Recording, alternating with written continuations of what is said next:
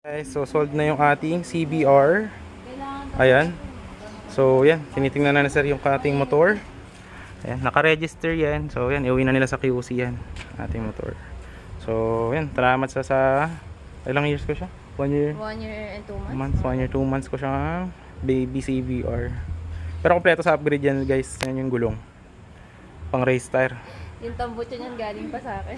Ang tambutso, Sa Ninja ganda. 400 ko. So yun lang guys. Paparam na tayo kay CBR. Ayan. So iuwi na siya sa QC. Ayan guys. So rehistrado yan guys. Ayan. So inline 4. Ayan. Paalam na. Ay dito pala.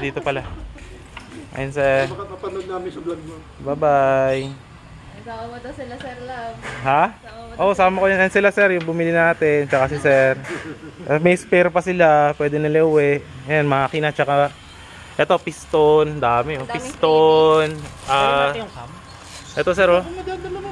Tapos ito, kung meron din akong freebie sa kanila guys, oh. Sariwang mga bulb, 16 bulbs. Pero sariwa pa yun guys, ito. Makikita nyo naman sa tunog niya. Ayan, testing natin. Makikita nyo. Start natin.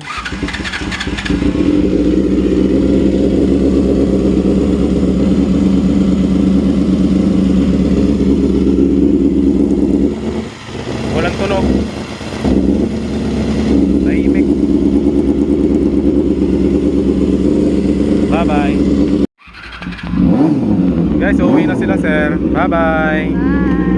Bye-bye po. Bye-bye. Forma pa man din ng motor na yun guys. Ducati for sale ah. Honda RS for sale. ZX4RR. ZX4RR hindi sale. For sale. For sale? 1 million. 1 million. Eto for sale din, sasakyan guys. Rehistrado yung plate number. R15 hindi pa. R15 hindi pa sale yan kasi enjoyin ko pa siya. So dyan muna siya. Pang re-registra ko muna. Ayan for sale Ducati, for sale kotse, for sale Honda RS. Lahat kompleto papel. Yan. So yun lang guys, bye bye.